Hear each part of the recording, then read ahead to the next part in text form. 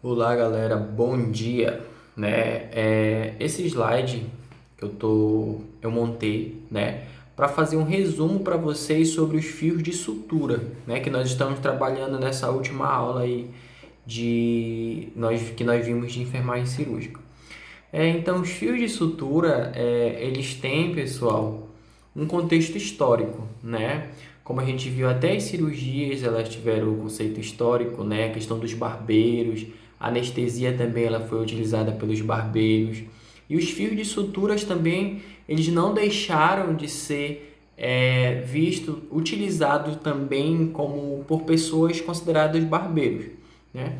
Então a gente vai ver um pouquinho do histórico aí dos fios de suturas, né? E a gente vai iniciar um pouco do histórico e após o histórico a gente vai caracterizar alguns fios que são mais utilizados atualmente na nossa sociedade, beleza?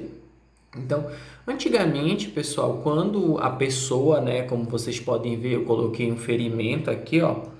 Antigamente, quando as pessoas elas se cortavam, se furavam, né, quando elas tinham uma abertura no tecido epitelial, as pessoas elas precisavam fazer algo, né, para cessar aquele sangramento, né? Utilizavam formas para tentar fechar aquele ferimento e, como consequência, cessar aquele sangramento, correto?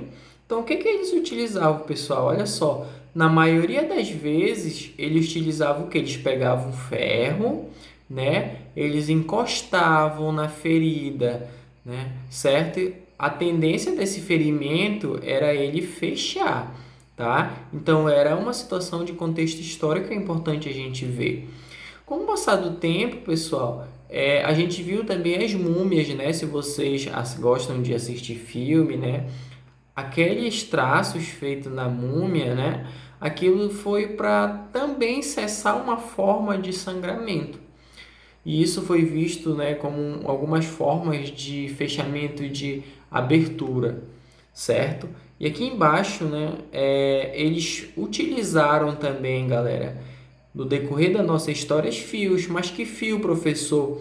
Um fio simples, né? Um fio de costura que a gente utiliza para costurar nossa roupa. Então, qual era a diferença desses fios que eles utilizavam antigamente para o fio que nós utilizamos hoje para suturar? Esses fios aqui, pessoal, eles não eram limpos, eles não eram esterilizados, eles não faziam um processo de desinfecção. Eles fechavam o ferimento, sim, mas muitas vezes a pessoa ela apresentava o que? Uma infecção, porque esse fio que eles usavam para sutura, para costura de um tecido, ele ocasionava o que? Uma infecção, porque ele não era limpo, né? Ele era considerado como um fio sujo. Beleza? Acompanhe aí comigo, tá? Isso é um resumo daquela aula de fios de sutura que eu enviei para vocês. Nós estamos trabalhando dessa forma porque desta maneira todos vão ter acesso à nossa aula. Diferentemente, se eu vou chamar no aplicativo, alguns não conseguirão acompanhar. Beleza?